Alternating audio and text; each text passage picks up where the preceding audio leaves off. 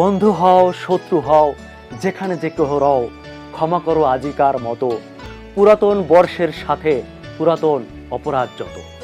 কবিগুরু রবীন্দ্রনাথ ঠাকুরের এই বিখ্যাত কবিতার মতো বন্ধু শত্রু সবাইকে জানাই নববর্ষের শুভেচ্ছা, শুভ নববর্ষ। শুরু করছি এটিএন বাংলার বৈশাখী আয়োজন রঙিন বৈশাখ। বৈশাখ এলে প্রকৃতি যেমন নানা রঙের সাজে, ঠিক তেমনি আমাদের সমাজে কিছু মানুষ আছে যারা প্রকৃতির মতোই রং বদলায়, তবে সে রং পোশাকের নয়, চরিত্রের। Come on, hey boys, come on, come on. Come on, hey boys, hey Russell bro! তোমাকে জানাই ফার্স্ট বুক ভেজিটেবলের শুভেচ্ছা। Happy first book vegetable. আচ্ছা, ফার্স্ট বুক ভেজিটেবল এটা কি জিনিস? রাসেল, তুমি জানো না বন্ধু, আজকে যে পহেলা বৈশাখ, ফার্স্ট মানে হলো পহেলা, বুক মানে হলো বই, আর ভেজিটেবল মানে শাক। ফার্স্ট বুক ভেজিটেবলের শুভেচ্ছা মানে পহেলা বৈশাখের শুভেচ্ছা, বুঝছেন না? তা মনা, তুমি তো সবসময় হাফ প্যান্ট গেঞ্জি পরতা, কানে দুল পরতা, হাতে ব্রেসলেট পরতা, আজকে ভুল করিয়ে কি তোমার বউর ছায়াপুরি বাইরেছো নাকি? হে রাসেল, বোর ছায়া কি আবার পরা যায় নাকি? তুমি জানো না আজকে পহেলা বৈশাখ? পহেলা বৈশাখ মানে একটা বাংলা সংস্কৃতি, আর লুঙ্গি হলো বাংলা সংস্কৃতির অংশ। লুঙ্গি না পরলে নিজের বাঙালি বাঙালি লাগে না, এই জন্য বাঙালি সাজার জন্য লুঙ্গি পরেছি। ওই যে বাঙালি সাজতে গিয়ে আমি তো একটা গানও গিয়েছি, ওয়ান স্টার তুই দেশের টকিং টক রে বার টক, আই রে ইউ বাউল করে টুগেদার নিয়ে গো। এটা বাঙালি বাঙালি ভাব নিলাম আর কি। ওয়ান স্টার এই জিনিসটা কি মনা? ওয়ান স্টার মানে হলো যে ওয়ান মানে এক, স্টার মানে তারা, এক তারা, বুঝছেন না? বাঙালি বাঙালি। আচ্ছা, তুমি কেমন বাঙালি হয়েছে দেখি তো, বলতো এখন কত সাল? রাসেল, এখন কত সাল এটা তো বাচ্চারাও পারবে, এখন 2026 সাল। হয়েছে, এখন এই 2026 সাল হচ্ছে ইংরেজি, বাংলা কত সাল? বাংলা বাংলা সাল আছে নাকি আবার? ওই দেখো, বাঙালি সাজ যে একদিনের জন্য, সে বাংলা সাল আছে সেটাই জানে না। এখন বাংলা 1433 সাল। 1433 এটা বাংলা সাল? আমি তো মনে করছি এটা ইমার্জেন্সি কল নাম্বার, ওই যে 999 যেমন ইমার্জেন্সি নাম্বার, 1433 এটাও ইমার্জেন্সি নাম্বার। আচ্ছা রে বাঙালি রে, আচ্ছা বলতো 12 মাসের নাম বলতো। মাসের নাম তো খুবই সহজ, জানুয়ারি ফেব্রুয়ারি মার্চ। এইটা না, আমাদের বাংলা মাস আছে বৈশাখ জ্যৈষ্ঠ। ও এটা পারি তো ওই যে বৈশাখ জ্যৈষ্ঠ, ব্রাদার। এই বাংলা মাসের তো নামের পাইন মারতে আছো তুমি। আচ্ছা, তুই কি জানো আমাদের ঋতু কয়টা? শোনো, বাংলাদেশের খবর না রাখলে কি হবো? ঋতুর খবর কিন্তু আমি ঠিকই রাখি। এই এলাকায় 2টা ঋতু, একটা আমার এক্স গার্লফ্রেন্ড সুমাইয়া আক্তার ঋতু, আর একটা আমার রানিং গার্লফ্রেন্ড মৌসুমী আক্তার ঋতু। পারি তো? আরে না রে বাবা, এই ঋতু না। এলাকায় কি অন্য কোনো ঋতু আইছে? সুন্দর নাকি? আসলে আমাদের বাংলা সালে 6টা ঋতু আছে, গ্রীষ্ম, বর্ষা, শরৎ, হেমন্ত, শীত ও বসন্ত। এগুলো ঋতু? আমি তো মনে করছি এইগুলো আমগা এলাকার বন্ধু বান্ধবের নাম। ওই যে হেমন্ত নামে আমগা একটা বন্ধু আছে না? হেমন্ত বন্ধু থাকলেও এই 6 ঋতু আমাদের ঋতু, আর এই ঋতুদের মধ্যে বসন্ত হচ্ছে আমাদের ঋতুর রাজা। বসন্ত ঋতুর রাজা? আরে বসন্ত দিয়ে একটা রোগের নাম, ওই যে এই রোগ হইলে মানুষের গোড়াগাড়ি হয়, এইটা রাজা হয় কেমনে?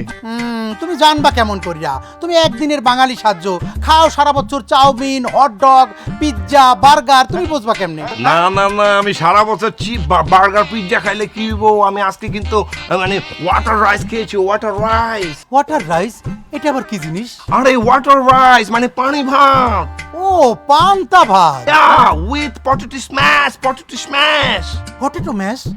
এইটা কি কোনো চাইনিজ খাবার? সয়েলটার আন্ডারওয়ার্ল্ডে হয়, ওই যে উঠাইতে হয়, ওই যে সার্কেল সার্কেল হয়, ওইটাকে প্রসেসিং করার জন্য আবার হট ওয়াটারের মধ্যে বয়েল করতে হয়, তারপর ওইটাকে একটু অয়েল দিয়ে ম্যাসাজ করতে হয়, এইভাবে ম্যাসাজ করতে হয়, তারপর ওইটার মধ্যে একটু ওই যে স্যাড চিলি দেয়, স্যাড চিলি। Sad chilli? কত চিলি শুনছি, কিন্তু স্যাড চিলি তো আমি শুনি নাই। আরে স্যাড স্যাড স্যাড মানে দুঃখ, কষ্ট, পোড়া কপাল, মানে পোড়া পোড়া চিলি, মানে পোড়া মরিচ আর কি আর কি। ওই যে ওইটাতে যেন কি বানায় এইটা। ও, পোড়া মরিচ আর আলু দিয়ে চটকাই মেটকাই যে বানায়, আর দিয়ে আলু ভর্তা। রাইট, আলু ভর্তা দিয়ে গিয়েছি আর কি।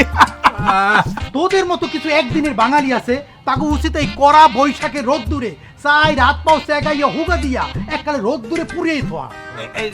রাসেল, হোয়াট ইজ সেগাইয়া? সারা বছর আমরা ওয়েস্টার্ন কালচারকে লালন করি, আর এই একটি দিন পয়লা বৈশাখ এলেই আমরা তা পালন করি। তাই তো অর্জুন বিশ্বাস বলেন, আমরা নাকি একদিনের বাঙালি।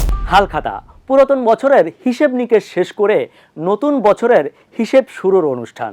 ১৬০০ শতকে মুঘল আমলে সম্রাট আকবরের সময়কালে শুরু হয়েছিল হালখাতার প্রচলন। তবে এই হালখাতা অনেকটাই বিলুপ্তির পথে, একটি সময়ের কারণে, আরেকটি ঠিক এই কারণে।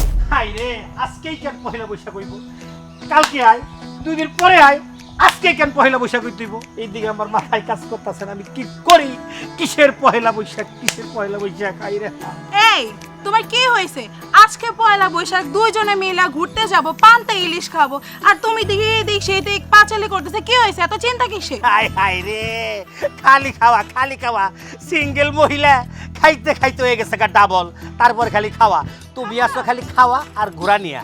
আজকে যে পহেলা বৈশাখ, আমার চিন্তায় ভাল লাগতেছে না। কালকে রাসেল ভাইয়ের লগে দেখা, মুদি দোকানদার। আচ্ছা, মুদি দোকানদারদের নিয়ম হইল প্রতি বছর পহেলা বৈশাখে হালখাতা। হুম, হালখাতায় পুরো বছরের বাকি টাকা পরিশোধ করতে হইব। কালকে আমার এমন ভাবে ধরছে, এখন আজকে তো আমার কাছে টাকা নাই, টাকা হবে 4 থেকে 5 দিন পর। এখন আজকে কখন জানি উনি বাসায় চলে আসে, আসলে আমি টাকা দিব কোথায় থেকে? চিন্তায় আমার মাথায় কাজ করতেছে না। মুদি দোকান যেহেতু টাকা পায়, তুমি টাকাটা পরিশোধ করবে না? আমি কি না করছি করবো না? অবশ্যই করব, কিন্তু আজকে তো টাকা নাই। শোনো, তোমার একটা বুদ্ধি দিই। দোকানদার আজকে কি 1 মাস পর তোমার কাছে টাকাও চাইবো না। তাই নাকি? হুম, আরে বাপরে, তুমি দিবা আমারে বুদ্ধি? হ্যাঁ। আচ্ছা, কি এরকম মিরাকেল বুদ্ধি দাও দেখি আমারে। আমার কিন্তু 2টা সত্য। অবশ্যই কথা রাখবো। প্রথম সত্য, তোমার কাছে যখন হাতে টাকা আসবে তখন তুমি মুদি দোকানে তুমি পরিশোধ করে দিবা। ঠিক আছে, টাকা পাওয়ার সাথে সাথে আমি মুদি দোকানদারের টাকা দিয়ে দিব, কোনো সমস্যা নাই। আর দ্বিতীয় শর্ত হচ্ছে, আমার বুদ্ধি যখন তোমার কাজে দিবে তখন তুমি আমার মেলাতে শাড়ি কিনা দিবা, হাতে চুড়ি কিনা দিবা, আর ফুচকা খাওয়াইবা। ঠিক আছে তো? অবশ্যই, যদি তোমার বুদ্ধিতে কাজে লাগে, একটা না, আমি তোমাকে 2টা শাড়ি কিনে দিব। 1 দিন ঘুরতে নিয়ে যাব না, 2 দিন ঘুরতে নিয়ে যাব। যদি বুদ্ধি কাজে লাগে, 1 দিন ফুচকা না, 2 দিন ফুচকা খাওয়াবো। চুরি 1 ডজন না, 2 ডজন কিনে দিব। আচ্ছা, তুমি যেমন ডাবল, তোমার গিফটও দিব আমি ডাবল। এখন তোমার মিরাকেল বুদ্ধিটা আমারে বলো। এই, তুমি আমারে মোটা মোটা করবে না, এখন তুমি আমার বুদ্ধি শোনো। বলো বলো, বুদ্ধি বলো।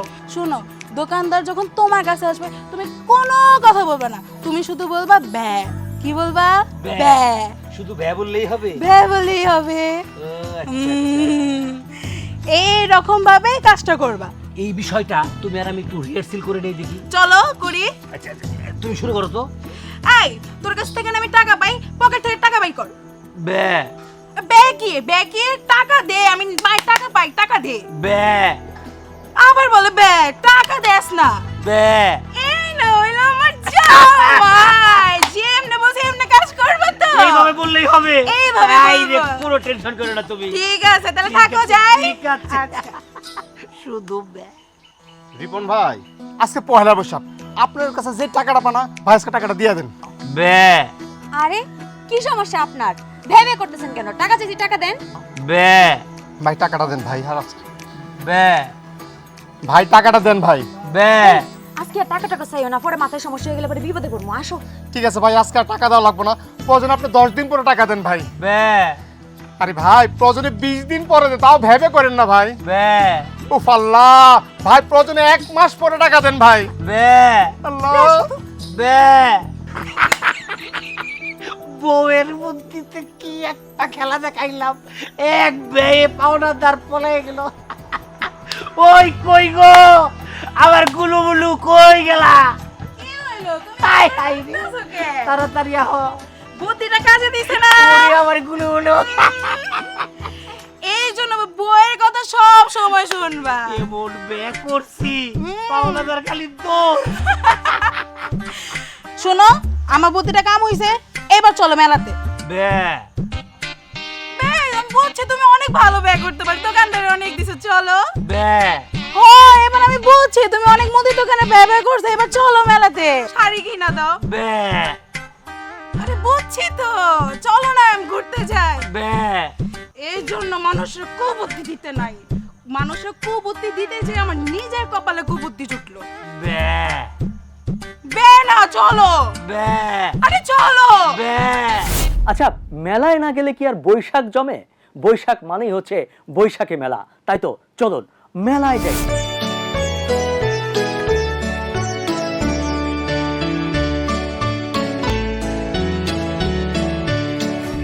পহেলা বৈশাখ বা পয়লা বৈশাখ বঙ্গাব্দের প্রথম দিন তথা বাংলা নববর্ষ।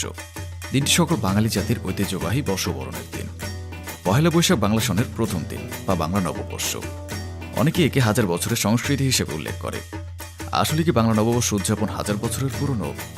কিভাবে বাংলা বছর গণনা শুরু হয়েছিল সে সম্পর্কে আজ আমরা জানব। 16 বছরের প্রথম দিন আসাম, বঙ্গ, কেরল, মণিপুর, নেপাল, উড়িষ্যা, পাঞ্জাব, তামিলনাড়ু এবং ত্রিপুরার সংস্কৃতির অবিচ্ছেদ্য অংশ হিসেবে অনেক আগে থেকে পালিত হতো। এখন যেমন নববর্ষ নতুন বছরের সূচনার নিমিত্তে পালিত একটি সার্বজনীন উৎসবে পরিণত হয়েছে, একসময় এমনটি ছিল না। তখন নববর্ষ বা পহেলা বৈশাখ আতর্ব উৎসব তথা ঋতুকালীন উৎসব হিসেবে পালিত হতো। তখনের মূল তাৎপর্য ছিল কৃষিকাজ, কারণ প্রাযুক্তিক প্রয়োগের যুগ শুরু না হওয়া পর্যন্ত কৃষকদের ধাতুর উপরে নির্ভর করতে হতো। প্রাচীনকাল থেকে সংস্কৃতিতে বছরের প্রথম দিন উদযাপনের রীতি ছিল। বাংলা সনের প্রবর্তক নিয়ে সম্রাট আকবর বেশি আলোচিত হলেও বাংলা পঞ্জির উদ্ভাবক ধরা হয় আসলে 7ম শতকের রাজা শশাঙ্ককে। পরবর্তীতে সম্রাট আকবর সেটিকে পরিবর্তন করে খাজনা ও রাজস্ব আদায়ের উদ্দেশ্যে। প্রথমে আকবরের পঞ্জিকার নাম ছিল তারিকে এলাহি, আর ওই পঞ্জিকার মাসগুলো আরবাদিন, কার্দিন, বিশুয়া, তীর এমন নামে ছিল। তবে ঠিক কবে এমন নাম পরিবর্তন হয়ে বৈশাখ, জ্যৈষ্ঠ, আষাঢ়, শ্রাবণ হলো তা নিশ্চিত করে কেউ বলতে পারে না। ধারণা করা হয় যে বাংলা 12 মাসের নামকরণ করা হয়েছে বিভিন্ন নক্ষত্র থেকে, যেমন বিশাখা নক্ষত্র থেকে বৈশাখ, জ্যৈষ্ঠ থেকে জ্যৈষ্ঠ, ষাঁড় থেকে আষাঢ়, শ্রাবণী থেকে শ্রাবণ, এমন করে বাংলায় নক্ষত্রের নামে মাসের নামকরণ করা হয়। ভারতবর্ষে মোগল সাম্রাজ্য পরিচালিত হতো হিজরি পঞ্জিকা অনুসারে, আর হিজরি পঞ্জিকা চাঁদের উপর নির্ভরশীল। যেহেতু কৃষকদের কৃষিকাজ চাঁদের হিসাবের সাথে মিলত না, তাই তাদের অসময়ে খাজনা দেওয়ার সমস্যায় পড়তে হতো। সে কারণে খাজনা আদায়ে কৃষকদের যেন অসুবিধায় পড়তে না হয়, সম্রাট আকবর বর্ষপঞ্জিতে সংস্কার আনেন। তখনকার বিখ্যাত জ্যোতিষবিদ ও চিন্তাবিদ ফতেহ উল্লাহ সিরাজি সম্রাট আকবরের আদেশে সৌর সন ও হিজরি সনের উপর ভিত্তি করে বাংলা সনের নিয়ম তৈরি করে। 1584 খ্রিস্টাব্দের 10 মার্চ বা 11 মার্চ থেকে প্রথম বাংলা সন গণনা করা হয়। তবে আনুষ্ঠানিকভাবে খাজনা আদায়ে এই গণনা কার্যকর শুরু হয়েছিল 1556 সালের 5 নভেম্বর। পূর্বে ফসল কাটা ও খাজনা আদায়ের জন্য এই বছরের নাম দেওয়া হয়েছিল ফসলি সন, পরে তা বঙ্গাব্দ আর বাংলা সন করা হয়। তখন চৈত্র মাসের শেষ দিনের মধ্যে খাজনা শুল্ক দিতে হতো কৃষকদের। তাই তখন থেকে সম্রাট আকবর ব্যবসায়ীদের জন্য, কৃষকদের জন্য মিষ্টি ও সাংস্কৃতিক অনুষ্ঠানের আয়োজন করতেন।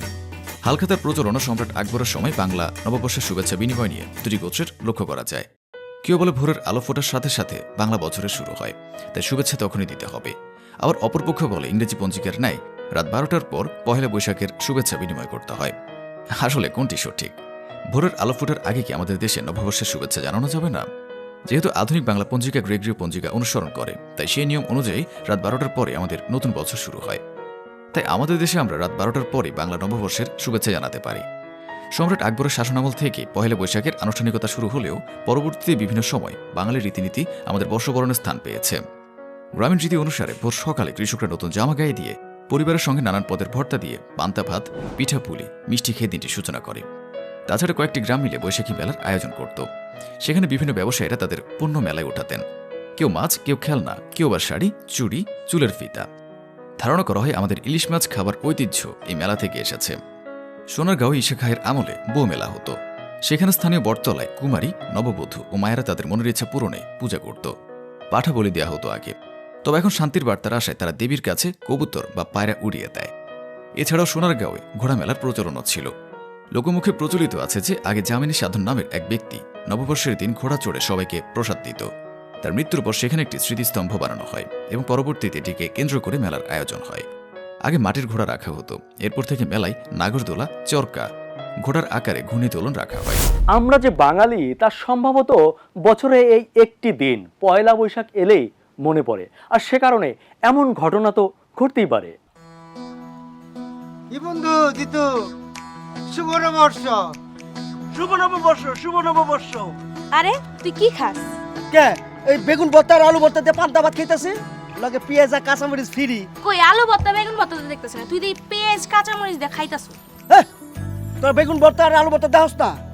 এই দেখ আলু ভর্তা, আলু ভর্তার দিকে তাকাই, এক লোকমা করে ভাত খাই, মনটা কয় আলু ভর্তা দিয়ে ভাত খাইতেছি।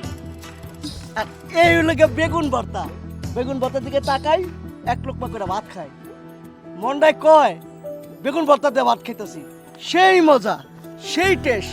আরে মগা, এই জায়গায় যদি আলু ভর্তার বেগুন ভর্তার বদলে ইলিশ মাছের ছবিটা রাখতি তাহলে খাইয়া মজা পাইতি না? হ্যাঁ, আমি তো তগর মতো মগা, হ্যাঁ? এই ইলিশ মাছের ছবিতে ভাত খাই আর আমি বেশি বেশি করে ভাত খাই। আর বেশি বেশি করে ভাত খেলে বেশি বেশি করে চাল লাগবো। চাইলের যে দাম, আমি চাই না এই বেশি বেশি করে টাকা খরচ করতে। তুই আসলে দুনিয়ার গিফটটা। এই তোরা যে এত কথা কইতাছস, হ্যাঁ? এই তোরা কি খাইছস? আজকে যে পহেলা বৈশাখ, এই পহেলা বৈশাখে ইলিশ মাছ ভাজা দিয়ে ভাত খাইছস? তোর মতো জানি ছবি দেখে ভাত খাইবার না লাগে, এটার লেগে আর পকেটের মধ্যে 10,000 টাকা নিয়ে যেতেছি বাজারে। নগদ যাবো বাজারে, নগদ যায় 4টা ইলিশ মাছ কিনা রাইন্দা তোর সামনে বয়ে খাম। কি কর? আচ্ছা যা যা, তো সাদা বাদ দে হুমে, চল। ইলিশ মাছ খাইতে হইছে, হ্যাঁ?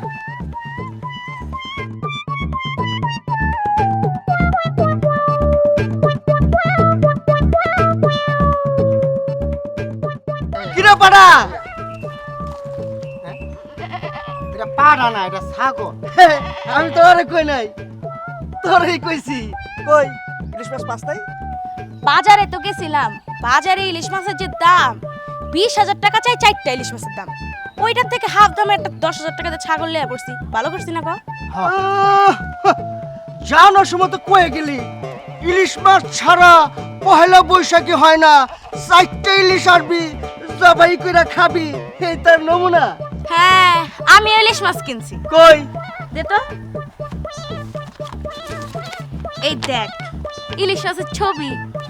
ইলিশ মাছের ছবি দেখমু আর জল ভাত খামু, পানি ভাত খামু আর ইলিশ মাছ দেখমু, মনে হইব ইলিশ মাছ দিয়ে ভাত খাইতাছি। ভালো না বুদ্ধিটা? এইভাবে আর কতদিন? কোন উৎসব আইলেই, কোন অনুষ্ঠান সামনে আইলেই এই সিন্ডিকেট ব্যবসায়ীরা গুলা দেব সবকিছুর দাম বাড়ায়া। আজকে পহেলা বৈশাখ, আজকের দিনেও ওরা ইলিশ মাছের দামটা দিছে বাড়ায়া, তেলের দাম বাড়াই দিছে, এটার দাম বাড়াই দিছে। হাই রে, এরা যদি হনে আগামীকালকে কেমত হইব, আজকেই কাপড়ের দাম দেবো বাড়ায়া। মনটাই কয় যদি এই সিন্ডিকেট ব্যবসায়ীকে ধইরা যদি ওই বাজারে নিয়ে বেচে দিতে পারতাম, তাইলে যদি উৎসবটা পালন করতে পারতাম। দর্শক মণ্ডলী, আমরা বাঙালি, আমরা বাংলাদেশি। যতই ভিনদেশি সংস্কৃতিতে ডুবে থাকি না কেন, পৃথিবীর যে প্রান্তেই থাকি না কেন, এখনও একটি একতারার সুর শুনলে আমাদের মনটি রঙিন হয়ে ওঠে। এই বৈশাখে সবার মন হোক রঙিন, এই প্রত্যাশায় আজকের মতো বিদায় নিচ্ছি। আপনারা যে যেখানে আছেন ভালো থাকবেন, সুস্থ থাকবেন, নিরাপদে থাকবেন। খোদা হাফেজ।